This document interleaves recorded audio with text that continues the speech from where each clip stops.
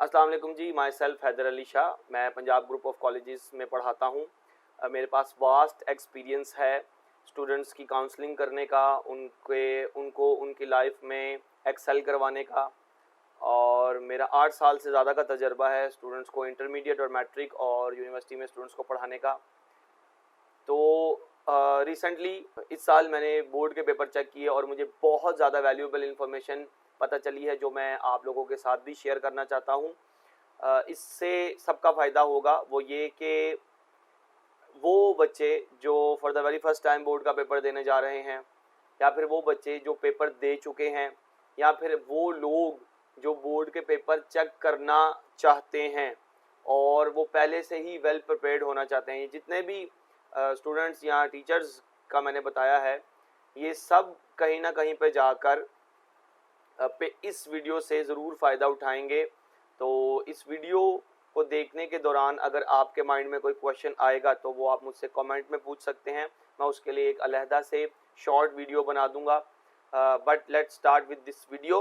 Okay जी, इस video में हम लोग स्पेसिफिकली बात करेंगे कि किस तरह एक एग्जामिनर को पहले इंस्ट्रक्ट किया जाता है कि पेपर किस तरह चेक करना है। ओके, और फिर हम लोग बात करेंगे कि उस एग्जामिनर की अप्रोच क्या होती है, वो क्या सोच रहा होता है पेपर चेक करने के दौरान। और फिर हम लोग बात करेंगे पेपर को अटेम्प्ट कैसे करना है, उसको बेटर कैसे कर सकते हैं हम, प्रेजेंटेशन के बारे में बात करेंगे। So you will learn a lot इंशाल्लाह। सो लेट्स स्टार्ट जी।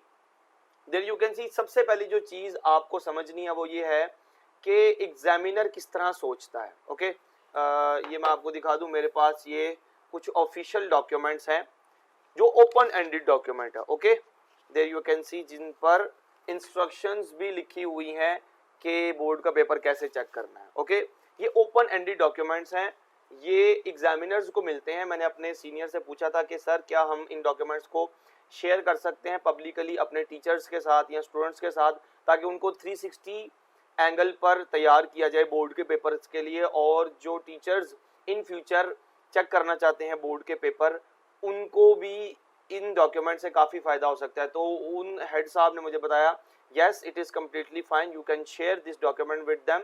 उनको बल्कि अच्छी तरह गाइड करें, ओके, ताकि उनको पता चले कि उनके साथ बोर्ड में किस तरह की ट्रीटमेंट होती है।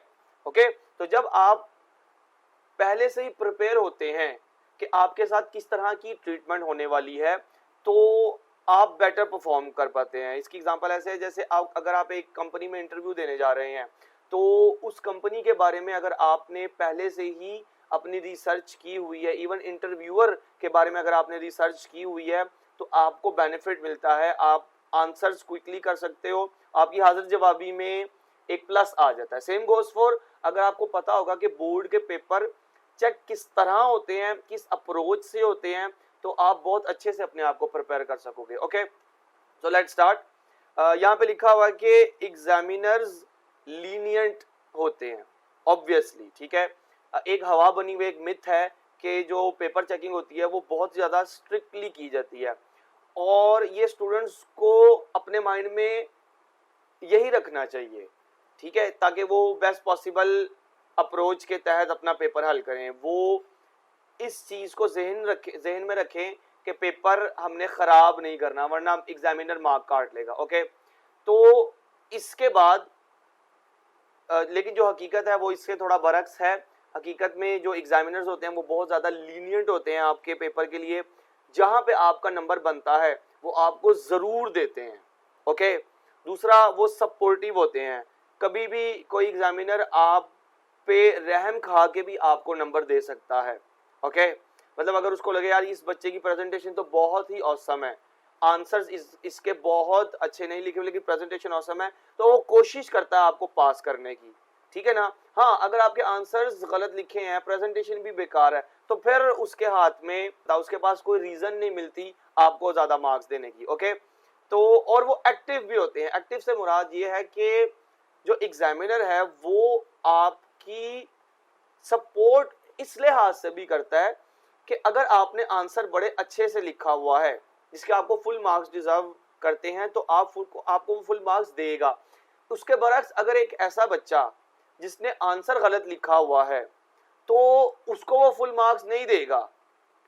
That is why I call this active, कि जो बंदा गलत लिख रहा है उसको गलत के नंबर कटेंगे भी, अगर नहीं काटेगा तो एक ऐसा बच्चा जिसने मेहनत नहीं की हुई और उसकी बरक्स आप जिसने ज्यादा मेहनत की हुई है उसको और उसके बराबर अगर नंबर मिल गए तो कल को जब आप कॉलेज या यूनिवर्सिटी में जाएंगे, मेरिट जब बन रहा होता है तो एक एक नंबर से एक एक हजार बच्चे पीछे रह जाते हैं, बल्कि 1000 नहीं, दसों हजारों बच्चे पीछे रह जाते हैं, क्योंकि मेरिट में 957 आया है, ठीक है, 957 पे मेरिट अगर क्लोज हो जाता है किसी कॉलेज या यूनिवर्सिटी का, तो उसके बाद 956 वाले हजारों बच्चे होते हैं। अगर कोई ऐसा बच्चा जो डिजर्व नहीं करता और उसको एग्जामिनर ने नंबर दे दिए हुए हैं, उसका एडमिशन हो जाता है, आपका रह जाता है, तो फिर ये ज्यादती है। तो इसलिए एग्जामिनर्स एक्टिव भी रहते हैं कि किसी बच्चे को गलती से जानबूझ के ज्यादा नंबर ना दे दीजिए। ओके, फिर सबसे पहली चीज, जब एग्जामिनर के हाथ में पेपर आते हैं तो उसके पास बंडल की सूरत में पेपर आते हैं, ठीक है ना। उसको सिर्फ ये पता होता है कि ये बंडल किस बोर्ड से आया है। फॉर एग्जांपल अगर आप लाहौर बोर्ड से हैं तो माइट पॉसिबल आपको रावलपिंडी बोर्ड का बंडल चेक करने को मिल जाए, सियालकोट का, फैसलाबाद का, up to the board policy कि वो उनके पास कौन से बंडल आए हैं और वो आपको कौन सा अलॉट करते हैं। फिर नेक्स्ट अप, आपको नहीं पता होता कि मतलब जो पेपर चेकर होते हैं उनको नहीं पता होता कि ये पेपर किस बच्चे का है। ओके, सिर्फ एक नंबर लिखा होता है पेपर पे, वो नंबर बोर्ड के डेटाबेस में उस बच्चे के एक्चुअल क्रेडेंशियल्स या रिकॉर्ड के साथ उन्होंने एसोसिएट किया होता है, ताकि कल को जब पेपर चेक हो जाए तो उस नंबर के जरिए बोर्ड वाले टैली कर सकें कि हाँ ये उस बच्चे का ही पेपर है। ओके, लेकिन जो एग्जामिनर होता है उसको बिल्कुल भी नहीं पता चल रहा होता कि ये पेपर किस बच्चे का है, इवन ये सेकंड ग्रुप का पेपर है या फर्स्ट ग्रुप का पेपर है, या हाँ क्वेश्चन पेपर देके वो पता करवा चल सकता है उसको कि ये सेकंड या फर्स्ट ग्रुप का पेपर है, लेकिन उसको ये भी नहीं पता होता कि ये किस जेंडर के पेपर है, इवन फीमेल के हैं या मेल के हैं। ओके, तो इस तरह हमें बंडल मिलते हैं पेपर चेक करने के लिए, और पेपर चेक होते हैं 3 हाथ, मतलब 3 लोग पेपर चेक करते हैं। सबसे पहले यू कैन सी सब एग्जामिनर पेपर चेक करता है, उसके पास अथॉरिटी होती है आपके सवालात को गलत या सही मार्क करने की। ओके, अगर एक सब एग्जामिनर गलती से जानबूझ के अपनी मर्जी से जैसे भी आपके सही सवाल को गलत भी कर दे तो आप उसको अदालत में चैलेंज नहीं कर सकते, ठीक है। सेम गोज फॉर, अगर आपके गलत को वो सही कर दे तो आप उसको चैलेंज नहीं कर सकते इन फ्यूचर, क्योंकि देखिए बोर्ड वालों ने पे करना होता है एग्जामिनर्स को। ओके, जो आपके पेपर्स मार्क करते हैं, सब्जेक्ट नॉलेज रखता है, और अगर वो शख्स किसी रजिस्टर्ड इदारे में 2 या 2 से ज्यादा साल सेम सब्जेक्ट पढ़ाने का एक्सपीरियंस रखता है तो जाके उसको पेपर चेक करने के लिए एलिजिबिलिटी मिलती है। ओके, तो वो कोई आम शख्स नहीं होता जो आपके पेपर चेक कर रहा होता है।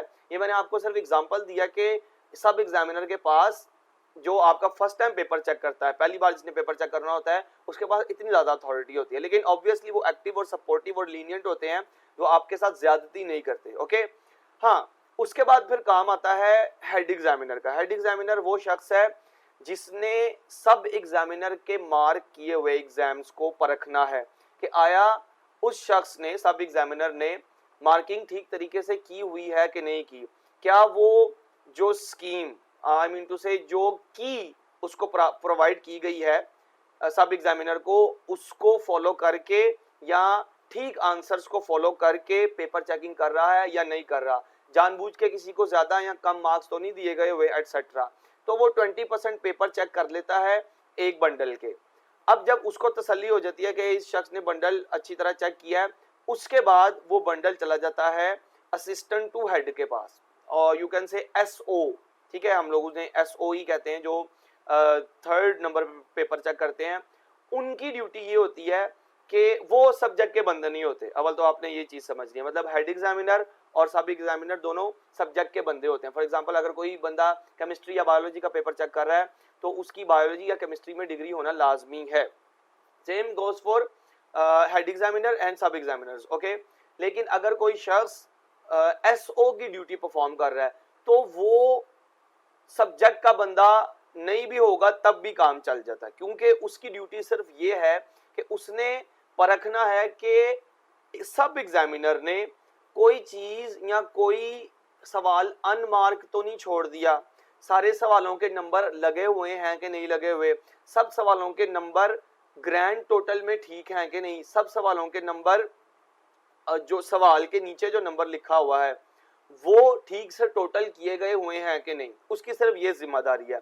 इस तरह जब 3 हाथ पेपर चेक होता है तो उसमें गलती की गुंजाइश बहुत कम रह जाती है। अलबत्ता गलतियां फिर भी हो जाती हैं बिकॉज वी आर ह्यूमंस, और जब हम लोग पेपर चेक करने पेपर रीचेक करवाने जाते हैं तो तब अगर कोई गलती निकल आए तो आपको पैसे वापस भी हो जाते हैं, आपके जितनी भी फीस होती है आपके एक पेपर चेक करवाने के 800 रुपये होते हैं रीचेक करवाने के, उसमें अगर किसी किस्म की कोई गलती निकल आती है तो वो 800 रुपीज़ आपको रिफंड भी हो जाते हैं। ओके, और फिर वो एसओ या हेड एग्जामिनर या सब एग्जामिनर जिसकी गलती बनती है उसके खिलाफ इंक्वायरी भी होती है कि आपने अगर ऐसी कोई गलती की है जो बहुत ज़्यादा संगीन है तो उसके खिलाफ इंक्वायरी भी लगती है। ओके, उसको बुलाया जाता है बार बार, मतलब तकलीफ दे प्रोसेस है एग्जामिनर्स के लिए, तो इसीलिए कहा जाता है कि एग्जामिनर्स अपनी ड्यूटी बहुत ज़्यादा एक्टिव वे में करें वरना बाद में उनको प्रॉब्लम हो सकती है और उनकी बोर्ड आईडी कैंसिल भी हो सकती है अगर वो ईमानदारी से पेपर नहीं चेक कर रहे। ओके, तो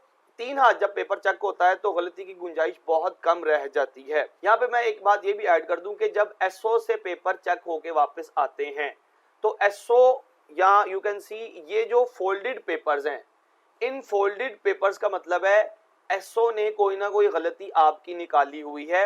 आया वो गलती ग्रैंड टोटल की हो सकती है या आपने कोई सवाल अनमार्क छोड़ दिया है एटसेट्रा। अगर कोई शख्स अगर कोई बच्चा जो 30% नंबर लेके आ रहा है, हालांकि 33% वाला पास होता है, ठीक है ना, बोर्ड में, लेकिन पॉलिसी के मुताबिक अगर कोई 30% मार्क्स वाला बच्चा भी है, एसओ लिख देता है कि जनाब इस बच्चे के 30% मार्क्स बन रहे हैं, काइंडली इसको गुंजाइश निकाल के पास कर दें।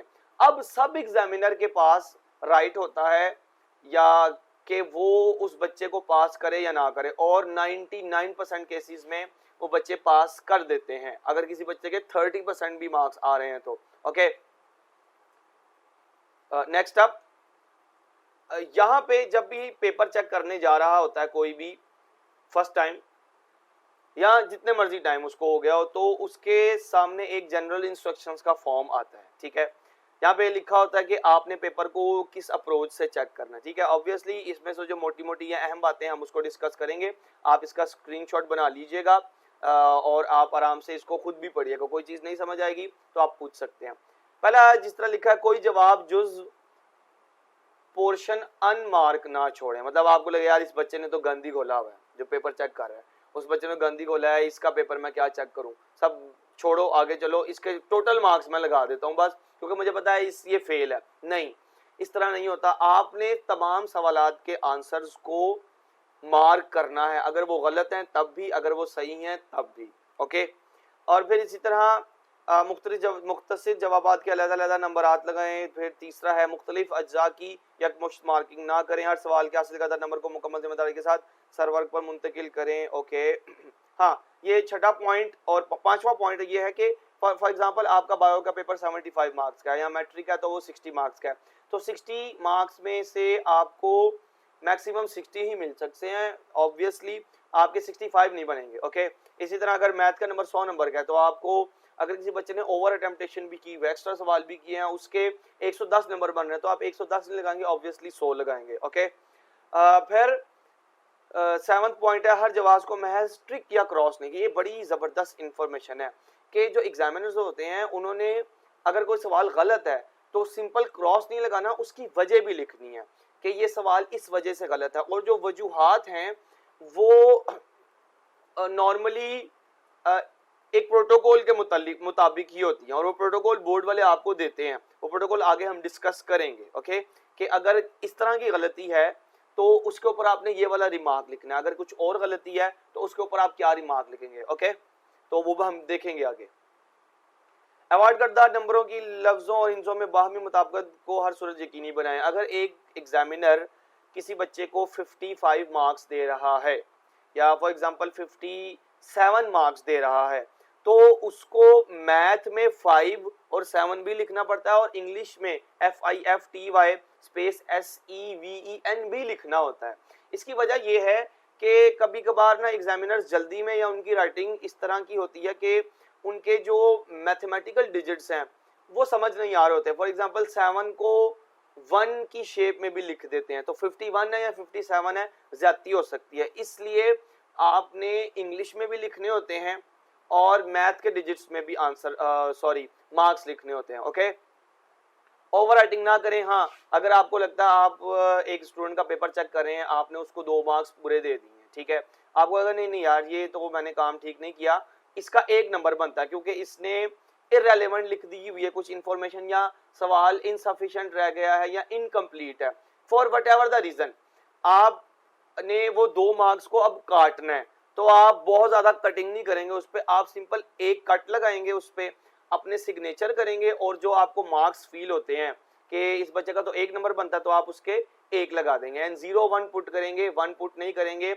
अगर आप सिंपल 1 या 2 पुट करते हैं पेपर पे तो इन फ्यूचर वो 2 या 1 के बाद कोई बच्चा खुद से 0 लगा के, या कोई भी, आपको पता 3 हाथ पेपर चेक होने हैं और उसके बाद जब रीचेकिंग में भी पेपर जाना है तब भी पेपर 2-3 हाथों में मौजूद होता है, तो तब कोई भी किस्म की 2 नंबरी हो सकती है। अगर आपने 2 नंबर दिए हुए हैं शॉर्ट क्वेश्चन के, उस 2 के बाद 0 लिखा जा सकता है, तो वो कंफ्यूजन हो सकती है। इसलिए कहा जाता है कि बेस्ट प्रैक्टिस ये है कि 0-2 लिखें। अलबत्ता कई टीचर इसको फॉलो नहीं करते and that is completely fine, कोई ज्यादा प्रॉब्लम नहीं है। ओके, लेकिन प्रोटोकॉल फॉलो करेंगे तो अच्छी बात है। फिर है हर उम्मीदवार का अपना बच्चा, हर उम्मीदवार को अपना, कितनी खूबसूरत बात लिखी है पॉइंट नंबर 12, हर उम्मीदवार को अपना बच्चा तस्वर करें कि देखें आपका बच्चा अगर पेपर दे रहा है तो आप उसके साथ किसी भी किस्म की ज्यादती नहीं करेंगे, ना होने देंगे, किसी उम्मीदवार की हक तलफी ना करें, अगर नंबर बन रहे हैं तो उसको दे दें, ठीक है। जिस तरह क्रिकेट में होता है, एक बैट्समैन है उसको डाउट का बेनिफिट मिलता है, अगर अंपायर से नहीं फैसला हो रहा तो बैट्समैन के हक में फैसला होता है। ये क्रिकेट का प्रोटोकॉल है, रूल है, पॉलिसी है। सेम गोज फॉर बोर्ड की पॉलिसी है कि अगर एक बच्चे के मार्क्स का तराजू इस तरह हो रहा है कि मार्क्स दें या ना दें, तो आप उसको दे दें, ठीक है। हक तलफी न करें, कम मार्क्स ना लगाएं, हमेशा उनकी सपोर्ट में नंबर दें।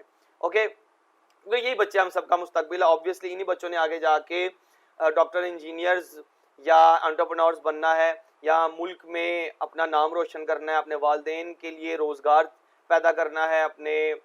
इन्हीं बच्चों ने कल को जाकर हमारा फ्यूचर बनना है। ये लोग कमाएंगे, ये लोग खाएंगे, खुशहाली लेके आएंगे मुल्क में, तो सब खुश रहेंगे। ओके, तो और इस तरह भी नहीं कि अगर एक बच्चा जिसके मार्क्स बन ही नहीं रहे उसको आप जानबूझ के मार्क्स दे रहे हैं, तो माइट पॉसिबल वो बच्चा इस काबिल ही नहीं है, कल को जाके वो जॉब हासिल कर ले या कल को जाके वो किसी बड़े ओहदे पे फाइज हो जाए तो वो बच्चा करप्ट निकल आएगा, ठीक है ना। जो काबिल ही नहीं था कि एक छोटा सा बोर्ड का एग्जाम पास कर सके, कल को जाके फिर वो प्रॉब्लम्स क्रिएट कर सकते हैं। तो हक तलफी ना ज्यादा मार्क्स देने में करनी है, ना कम मार्क्स देने में करनी है। ओके, फिर अगर किसी उम्मीदवार ने ये बहुत ही इंपॉर्टेंट बात है जो लिखी हुई है, कहता है अगर किसी उम्मीदवार ने 30% मार्क्स लिए हुए हैं, नॉट 33%, क्राइटेरिया में 33% ही होता है कि जिसके बोर्ड में 33% होंगे उसको पास किया जाएगा।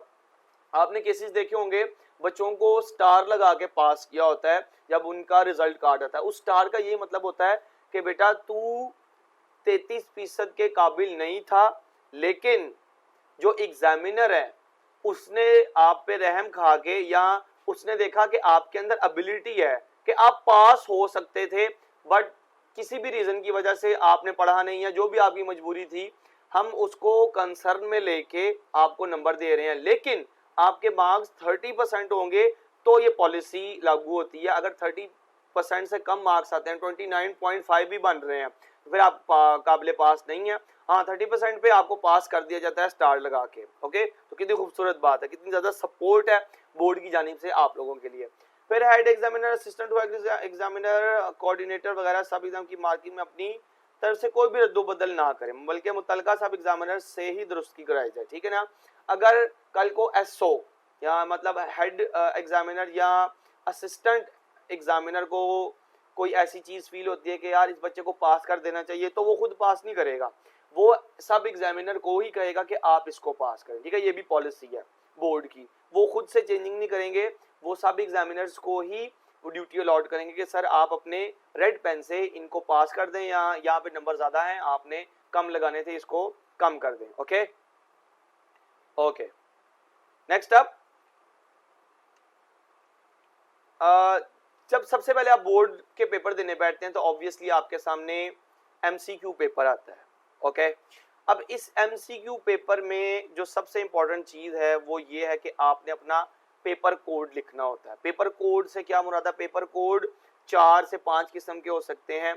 आपके आगे जो स्टूडेंट बैठा है, जो पीछे बैठा है, राइट साइड पे बैठा है और लेफ्ट साइड पे बैठा है, उनके आपका और उनका एमसीक्यू पेपर होता सेम है, लेकिन एमसीक्यूज की जो नंबरिंग है ना वो शफल हुई होती है।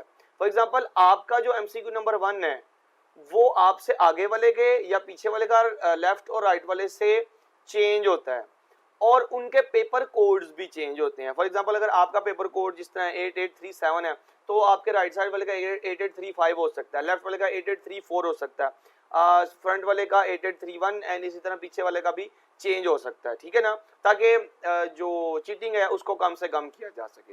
ये पॉलिसी है बोर्ड की। तो अगर आप पेपर कोड ठीक से लिखेंगे तो ही आपका जो पेपर है वो कल को ठीक तरीके से मार्क होगा।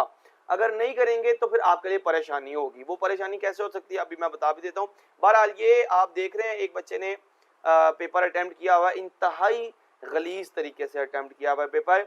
ये जुल्म है, बाकायदा जुल्म है पेपर पे कि उसने ये क्या हरकत की है। यू कैन सी जो एमसीक्यूज हैं उसमें एक ही बबल फिल करना होता है, लेकिन 2-2 बार बबल्स फिल किए हुए हैं, और वो भी 2-2 अलग पेन से। ठीक है, अब हुआ यह है यहाँ पे कि यू कैन सी उसके 0 मार्क्स है क्योंकि उसने हर बबल 2-2 बार फिल किया, जबकि रूल ये है कि आप एक ही बार बबल फिल करें।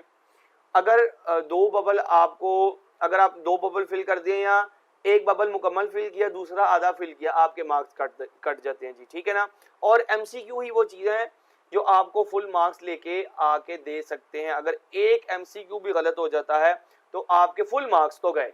आपके वो जो एक पर्सनल अचीवमेंट होती है कि मेरे फुल मार्क्स आए थे किसी एक सब्जेक्ट में या 3-4 सब्जेक्ट्स में, एक एमसीक्यू की गलत होने की वजह से वो आपके फुल मार्क्स वाली जो अचीवमेंट है वो तो आपसे गई। Okay, and if you are targeting board top या स्कूल टॉप तो वो एमसीक्यूज ही हैं जो आपके नंबर एनहांस कर देते हैं। ठीक है, जो लॉन्ग या शॉर्ट है उनकी कहानी कुछ अलग होती है। तो ये इंतहाई गलत तरीका है सॉल्व करने का। ओके, अब यहाँ पे आप देख भी सकते हैं ये लिखा हुआ एक से ज्यादा दायरों को पुर करने या काट कर पुर करने की सूरत में मज़कूरा जवाब गलत तस्वुर होगा। ऑब्वियसली ये सारी बातें आपको पहले से पता हैं।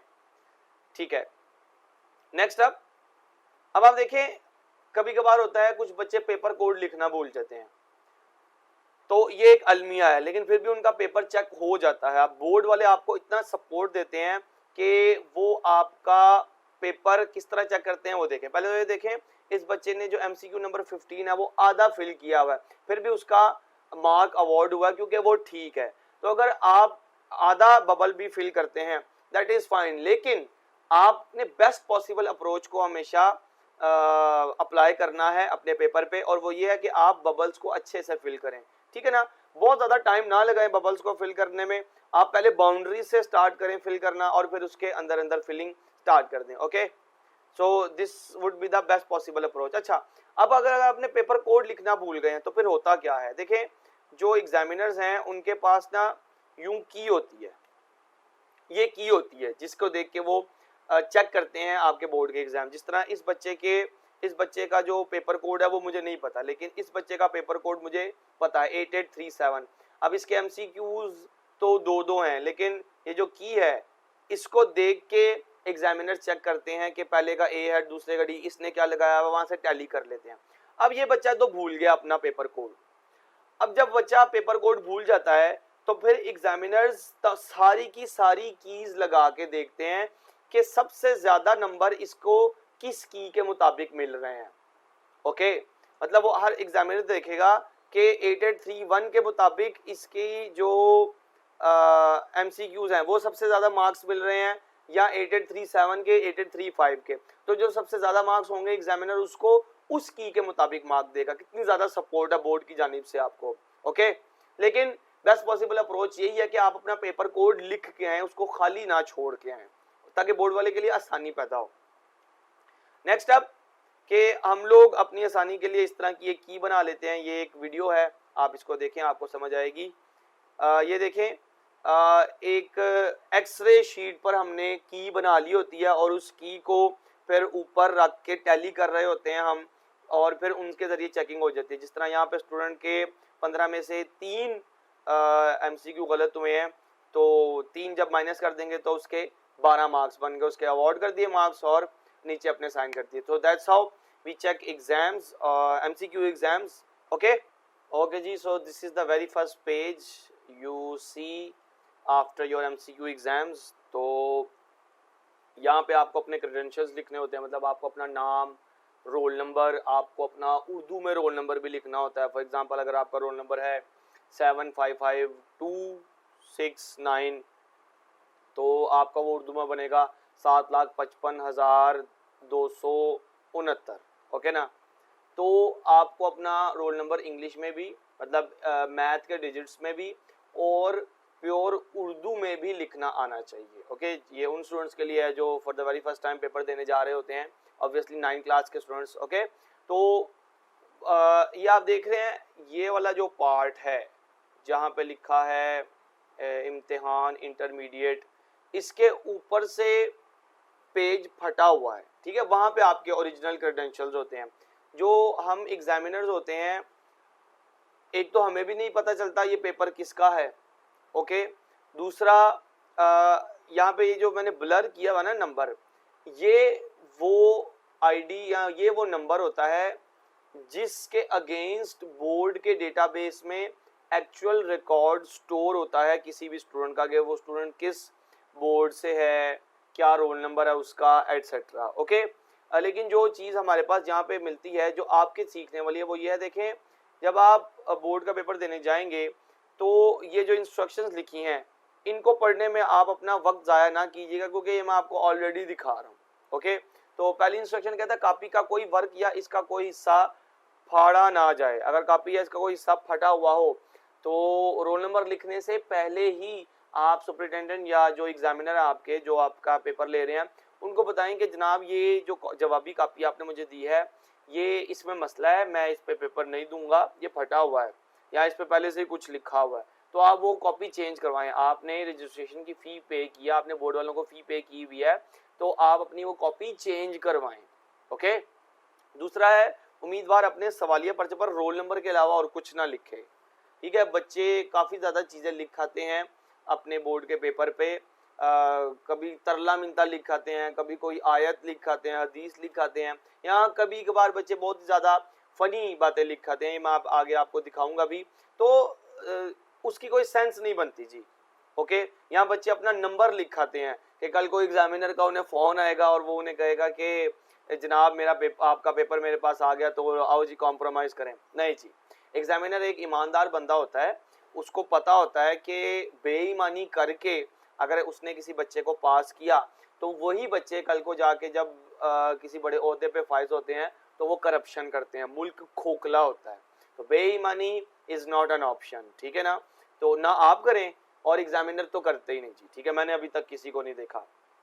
तो इस तरह की हरकत आपने नहीं करनी। अब वो कह भी रहे हैं अगर आपने ऐसा किया तो आपके खिलाफ UMC बन जाएगी। UMC एक ऐसी एक्टिविटी है, एक ऐसा केस है जिसमें आपके खिलाफ एप्लीकेशन दर्ज होती है और आपको मज़ीद 2 साल तक किसी भी बोर्ड में पेपर नहीं दिए जा सकते, आप नहीं दे सकते पेपर। UMC का मतलब ये है। ओके, तो ये काफ़ी ज़्यादा एक भारी पेनल्टी है।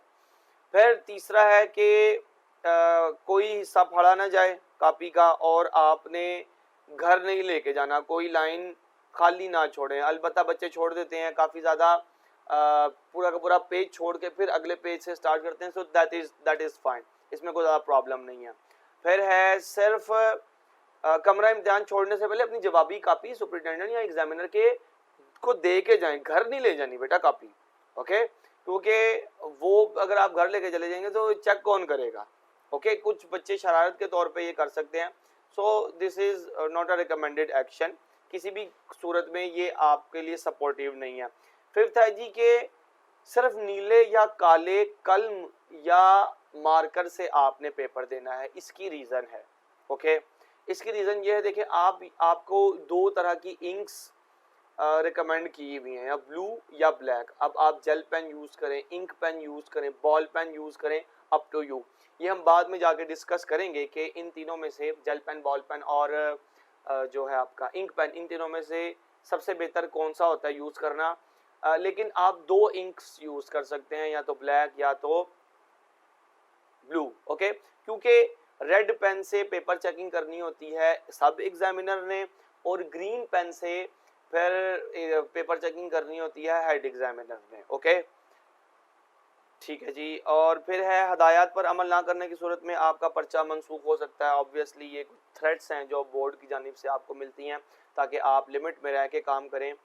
फिर 7th है, जवाबी कापी के ऊपर वाले हिस्सा पर दर्ज कवायद मुकम्मल कीजिए और इसकी पुश्त पर कुछ ना लिखें। ये इंपॉर्टेंट बात है कि जब आप अपने कवायद क्रेडेंशियल, मतलब अपना नाम, रोल नंबर, बोर्ड वगैरह लिख देंगे तो उस पार्ट के बैक एंड पे कुछ नहीं लिखना। फॉर एग्जांपल ये इतना वो पार्ट है जहाँ पे आपने अपना नाम, रोल नंबर वगैरह लिखा है, ठीक है, तो इसी की जो बैक साइड बनेगी वहाँ पे आपने कुछ नहीं लिखना।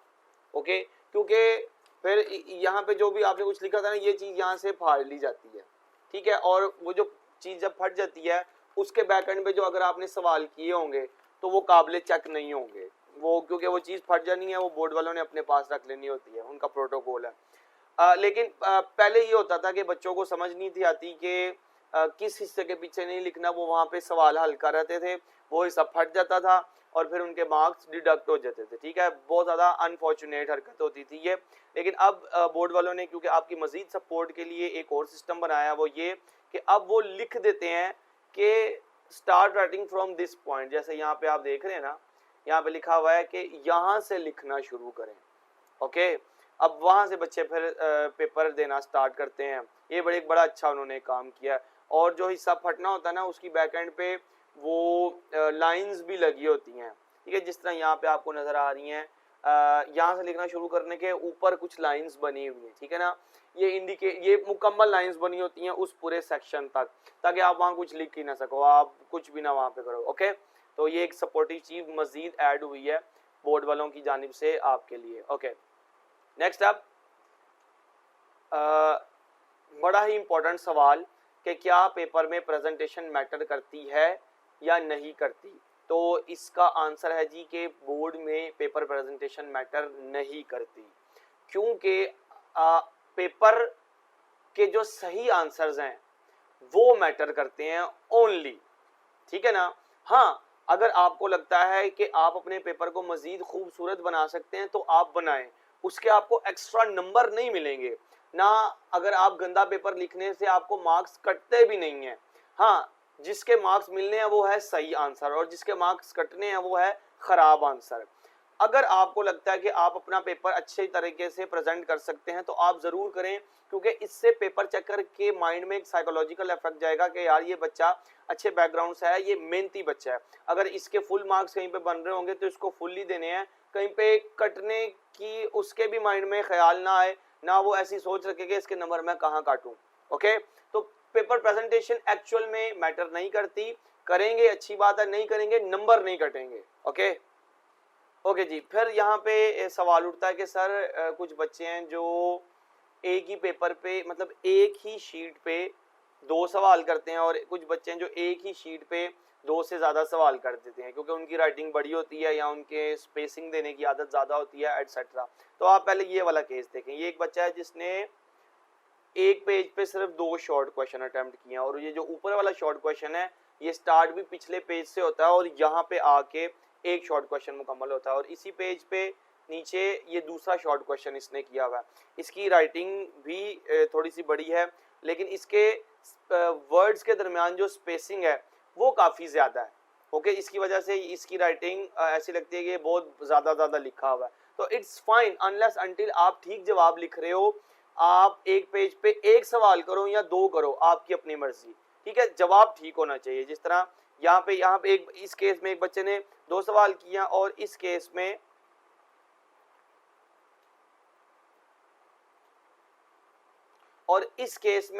एक बच्चे ने एक ही शीट पर 7 सवाल हल किए, मतलब एक ही पेज पे 7 सवाल हल किए हैं। ये देर यू कैन सी, एक सवाल के नंबर ये 2 नंबर मिले हुए, फिर 2 नंबर 2 नंबर 2 4 नंबर, ये 5वां नंबर, देन ये 6ठा नंबर और ये 7वां मुकम्मल मार्क। सारे सवालों के आंसर ठीक हैं, इसीलिए उसको उसने उसकी राइटिंग भी ऐसी है कि वो छोटी है, उसने सवालों के नंबर भी लिखे हैं और अच्छी तरह प्रेजेंट भी किया, लेकिन फिर भी उसके फुल मार्क्स हैं। क्यों? क्योंकि उसके आंसर्स ठीक हैं। This is what actually matters. ठीक है, प्रेजेंटेशन बहुत अच्छी ना भी हो, क्लियरली फाइन। अगर उसने हाशिए भी ना लगाए होते तब भी काम चल जाना था। ओके,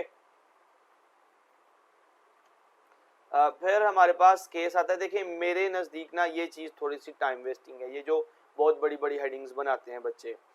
फाइन, अगर आपको लगता है कि आपकी स्पीड अच्छी है, आप अपने स्कूल कॉलेज एकेडमी में पेपर दे दे के इतने ज़्यादा एफिशिएंट हो चुके हैं कि यू फील लाइक के मैं पेपर के लास्ट तक इतना टाइम बचा लेता हूँ, मतलब आपको प्रैक्टिस हो ही गई होती है फुल बुक या हाफ बुक पेपर दे दे के कि आपके लास्ट में 10-15 मिनट बच जाते हैं, तो फिर जाके आप ये काम करें। अदरवाइज आई फील लाइक कि ये टाइम वेस्टिंग एक्टिविटीज़ होती है, बड़ी बड़ी हेडिंग्स बनाना, फिर फूल बूटे बनाने बैठ जाना, तो इसकी कोई खास ज़रूरत नहीं होती। और ये देखें यहाँ पे तो डेफिनेशन के स्पेलिंग भी गलत है। ओके, तो this is not supremely recommended कि आप इस तरह की प्रेजेंटेशन करें।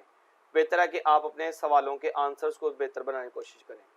ठीक है, अब देखें कटिंग के मार्क्स कटते हैं या नहीं कटते, ये एक बड़ा ही इंपॉर्टेंट क्वेश्चन है।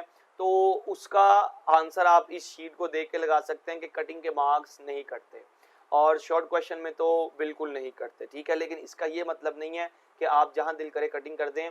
जैसा कि आप इस पेपर में देख रहे हैं, ये तो बहुत ही जालिम किस्म की कटिंग है। इसका पेपर देख के घिन आ रही है एक्चुअल में कि ये इतना ज़्यादा जालिम किस्म की कटिंग की हुई है कि मार्क्स देने का दिल नहीं करता, बट स्टिल उसका जो आंसर है वो बिल्कुल समझ आ रहा है। ठीक है, और बिल्कुल ठीक आंसर है, और जितना चाहिए उतना ही आंसर लिखा हुआ, इसलिए उसके मार्क्स नहीं कटे हुए। तो लॉन्ग क्वेश्चन में अलबत्ता कटने की गुंजाइश होती है कटिंग में, कटिंग अगर आप करते हैं तो, लेकिन शॉर्ट में मार्क्स नहीं कटते। ठीक है, there you can see answer लिखा हुआ प्राइमरी की is a column or a group of column in a table that uniquely identifies a row in that table। तो ये बिल्कुल परफेक्ट आंसर है, जिसकी वजह से उसको फुल मार्क्स अवार्ड हुए हैं। कटिंग के नंबर नहीं कटते। ओके, लेकिन फिर भी एम्बियंस आपने पेपर में अपने बनाए रखनी है, आपने खराब नहीं करना पेपर। ओके,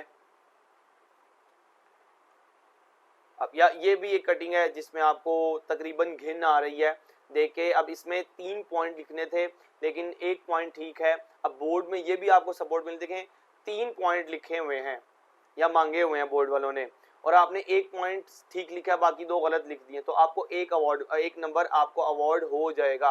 हालांकि आपने सवाल का सिर्फ 33% हिस्सा ही मुकम्मल किया है, बाकी 66% हिस्सा, 64%, 67% आपने ठीक तरीके से फिल नहीं किया, उसमें कटिंग भी किया, फिर भी आपको 1 नंबर अवार्ड हो जाता है।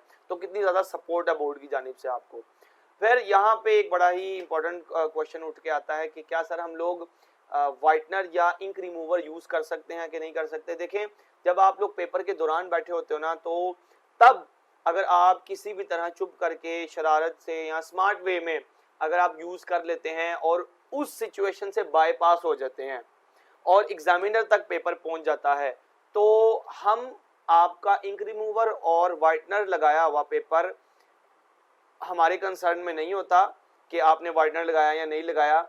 अगर आपने ठीक आंसर लिख दिया है तो हमने उसके मार्क्स अवॉर्ड करने हैं। आपने वाइटनर यूज़ किया है या मार्क वो रिमूवर यूज़ किया या नहीं किया, वो हमारा कंसर्न नहीं है। वो अगर आप किसी भी तरह बाईपास कर जाते हैं उस सिचुएशन को, जब आप कमरा इम्तिहान में बैठे होते हैं, तो आपकी लक है, आपकी स्मार्टनेस है, किसी भी तरह आप बच्चे छुपा लेते हैं किसी भी जगह पे वाइटनर या रिमूवर।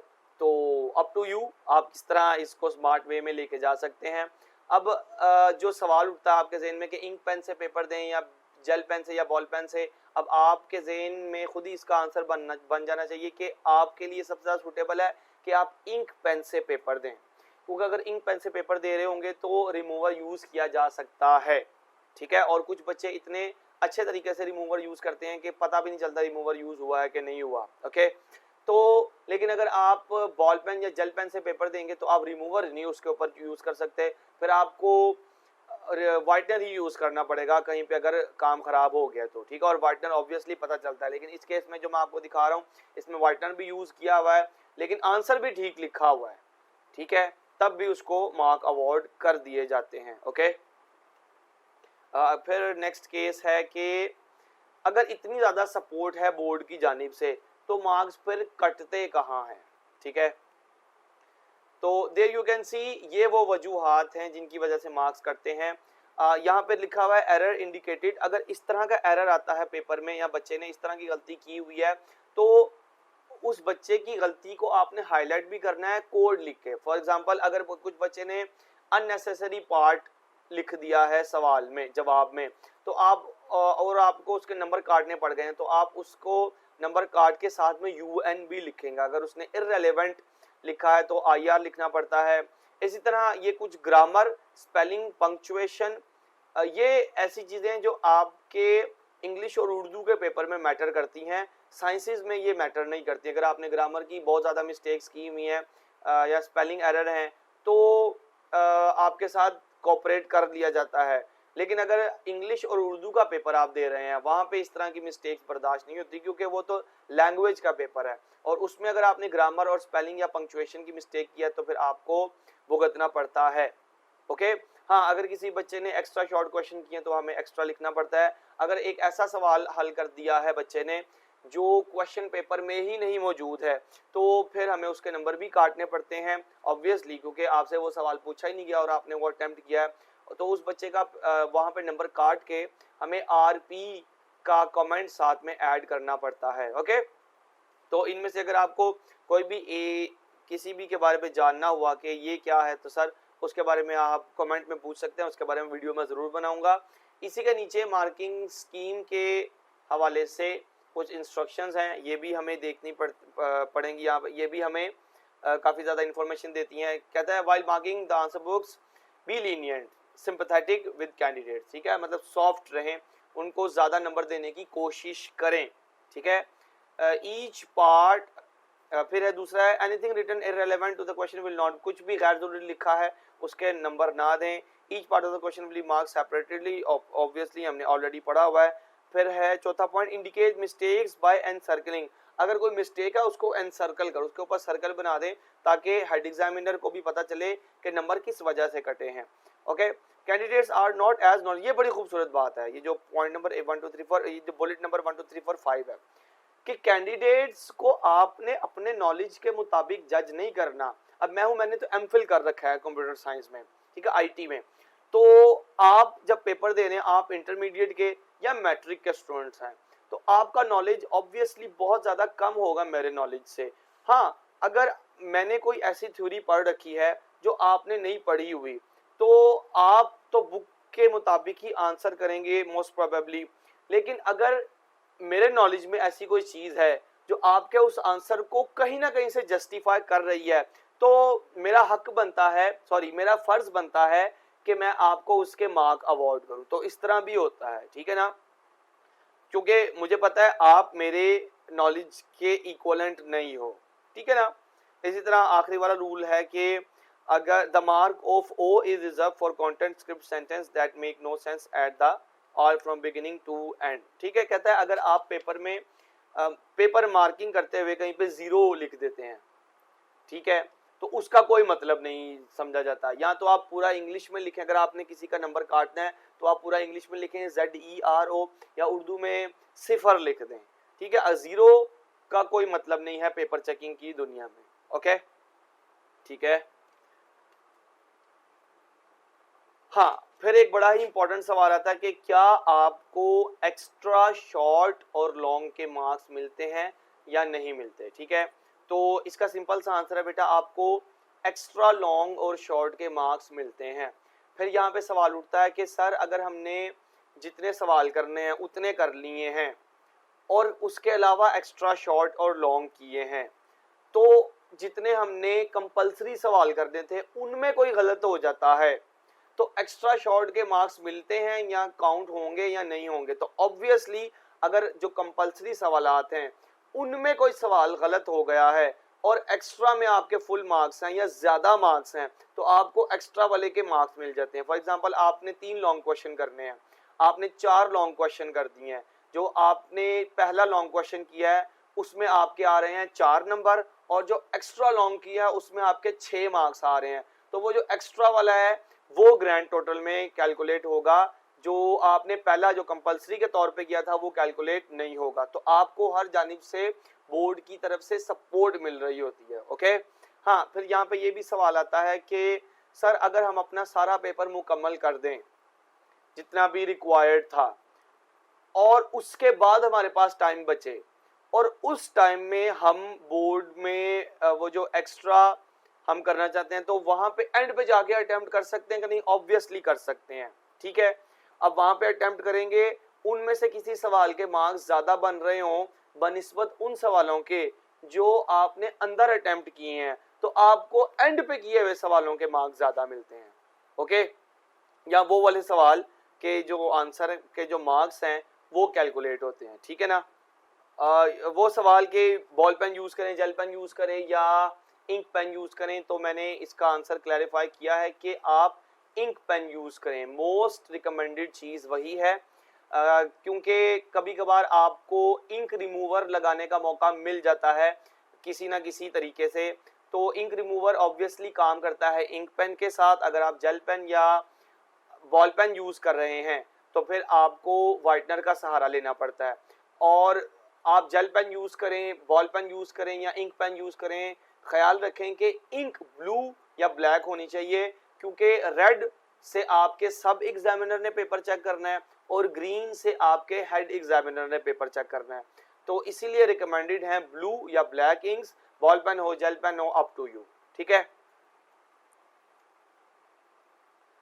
हाँ, कुछ बच्चे होते हैं जो पूछते हैं कि सर हम लोग लॉन्ग क्वेश्चन से पेपर स्टार्ट कर दें, क्योंकि उनको इनसिक्योरिटी होती है कि सर अगर हमें इनसिक्योरिटी फील होती है कि हम लॉन्ग क्वेश्चन भूल ना जाएं, तो क्या हम पेपर लॉन्ग क्वेश्चन से लिखना शुरू कर दें? एग्जैक्टली, आप लॉन्ग क्वेश्चन से अपना पेपर स्टार्ट कर सकते हैं, इट इज कम्प्लीटली फाइन।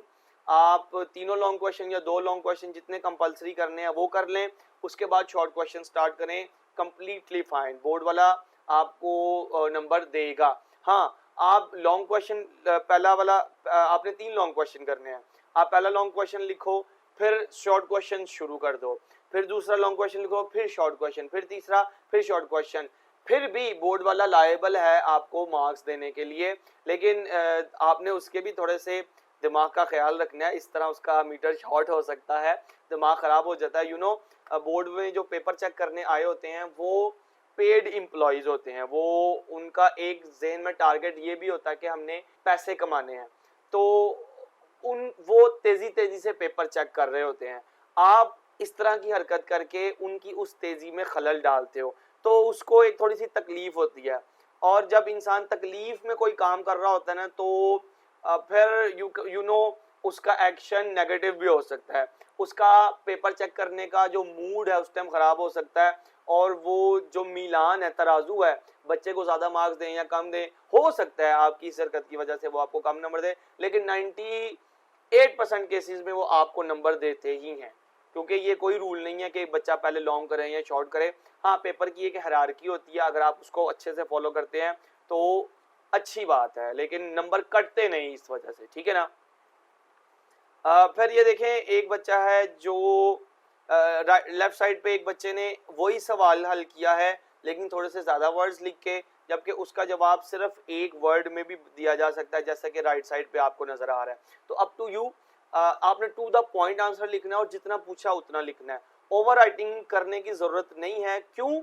क्योंकि जब आप ओवर राइट करते हैं तो प्रोबेबिलिटी बढ़ जाती है एरर की, गलती की।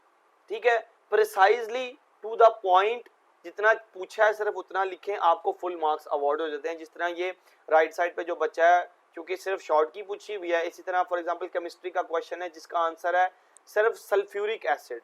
ओके, अब आप सिर्फ सल्फ्यूरिक एसिड लिख दें तो आपको फुल मार्क्स मिल जाते हैं। आपको पूरी उसकी तमहीद बांधने की जरूरत नहीं है कि सल्फ्यूरिक एसिड कहाँ से आया, ठीक है, इसका केमिकल फॉर्मूला क्या होता है, इसके अंदर कितने इलेक्ट्रॉन्स प्रोटॉन्स, कोई ज़रूरत नहीं है, आप सिर्फ सल्फ्यूरिक एसिड आंसर में लिखें, आपको फुल मार्क्स अवॉर्ड हो जाएंगे। ठीक है, अब यहाँ से मुझे एक स्टोरी याद आती है। ये सवाल तो वैसे तो कंप्यूटर साइंस के स्टूडेंट जो सेकेंड ईयर के हैं उनको, या 10 क्लास के स्टूडेंट्स, उनको इसका आंसर समझ आएगा, लेकिन ये सवाल मैंने यहाँ पे इसलिए डाला हुआ है कि यहाँ से ना एक स्टोरी मुझे याद आती है। वो ये कि आप ना पहले जो सबक आपने सीखना है वो ये ज़हन में रखें कि आपने पेपर मुकम्मल करके आना है अगर आपको आता है तो।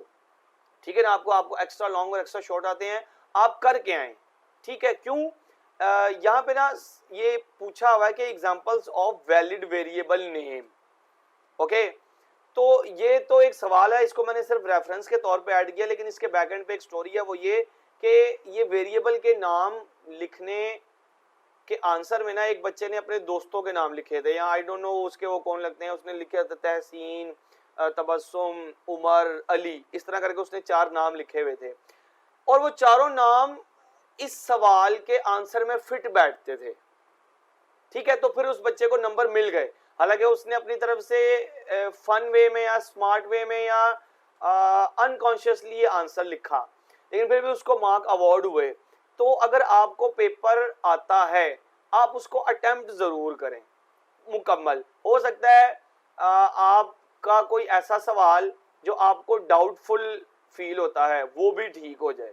ठीक है ना, और जो आपको ऐसा लगता था कि ये सवाल तो मेरा ठीक है वो गलत हो जाए, उसकी जगह फिर आपको इस तरह के सवाल नंबर दे जाते हैं। ओके, फिर ये देखें, ये एक इंतहाई गलीज हरकत की हुई है। आई डोंट नो व्हाई इस बच्चे ने खुद ऐसा किया है या किसी ने बाद में जानबूझ के ऐसा किया है। अब होता ऐसा है कि ये पॉलिसी है कि अगर एक बच्चे ने अपना सवाल हल करके खुद भी क्रॉस कर दिया है तब भी वी आर लायबल कि अगर आपको उसका आंसर ठीक लग रहा है तो आप उसको फुल मार्क्स अवॉर्ड करेंगे। ये पॉलिसी, आपको फुल मार्क्स मिलते हैं, जिस तरह इस केस में हुआ है। एक बच्चे ने क्रॉसेस लगाए हुए हैं लेकिन फिर भी उसको फुल मार्क्स अवॉर्ड किए गए हैं क्योंकि उसका आंसर ठीक है। तो बोर्ड बहुत ज़्यादा सपोर्ट करता है स्टूडेंट्स की इस मामले में। ओके, हाँ, अब बच्चे ना यहाँ पर कुछ नोट्स लिखाते हैं पेपर में गैर ज़रूरी किस्म के, जैसे यहाँ लिखा है, खुदा के वास्ते अच्छे नंबर देना जिंदगी का सवाल है, अल्लाह तुझे लंबी जिंदगी दे। Now this is complete rubbish. ये मुझे दुख होता है कि अब मेरी कौम के बच्चों को देख के कि देखें, ये सॉरी टू से बट ये भीख है। ठीक है, मतलब आप तैयारी क्यों नहीं करे, आपने तैयारी क्यों नहीं की पूरा साल, आपके पास टाइम था, for whatever the reason is. अच्छा, आपके पास पूरा साल नहीं था, आपके पास कुछ दिन तो थे ना तैयारी करने के, आप उनमें अच्छे से तैयारी करते, आप खुद अपनी मेहनत से नंबर लेके आओ। ये भीख है बेटा। हमारी कौम में इस तरह भिखारी पैदा होते हैं। I don't know why, sorry to say, अगर ये बच्चा किस इसने माइंडसेट से ये बात लिखी है, इसके घर के हालात नहीं ठीक हैं, what ever the reason is, लेकिन ये जो चीज़ है ये भीख है बेटा। ठीक है, तो आपने किसी, अगर आपको लगता है कि लिखने से उसको रहम आ जाएगा तो ऐसा नहीं है, क्योंकि हम अपना काम पूरी ईमानदारी से करते हैं। जितने नंबर आपके बन रहे हैं सिर्फ उतने ही मिलेंगे, ज़्यादा नहीं मिलेंगे। ओके, आप इस तरह के यहाँ कोई आयत लिख दें, वट एवर, बहुत ज़्यादा केसेस आते हैं, मैं आप मज़ीद आने वाली वीडियोस में आपको दिखाता रहूँगा। तो ये बेटा काबिल कबूल नहीं है ये चीज़। ओके, ये चीज़ आपकी डिग्निटी को कम करती है। ओके, अच्छा, कुछ लोग मेरे से पूछते हैं, सर आपने इस बच्चे को पास कर दिया था कि नहीं किया था? ये बच्चा खुद ब खुद पास हो गया था, मुझे पास करने की जरूरत नहीं पड़ी थी। देखा ना, ये मैंने इसलिए कहा ये भिखारी है, क्योंकि देखें भिखारी जो होते हैं ना वो उनकी जेब में आपसे ज्यादा नोट होते हैं कभी कभार, फिर भी उनको आदत होती है मांगने की। तो ये वही केस है।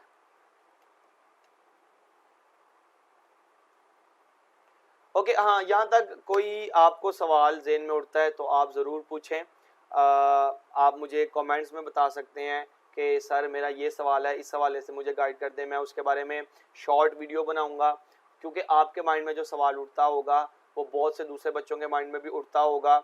आप उसको पूछें ताकि ज़्यादा ऑडियंस तक वो मैं एड्रेस कर सकूँ। आपका कोई यार दोस्त, बहन भाई, बेली, सहेली जिसको ये वीडियो काम की लग सकती है उस तक ज़रूर पहुँचाएँ, शेयर करें और सब्सक्राइब भी करें, लाइक करें। Thank you so much.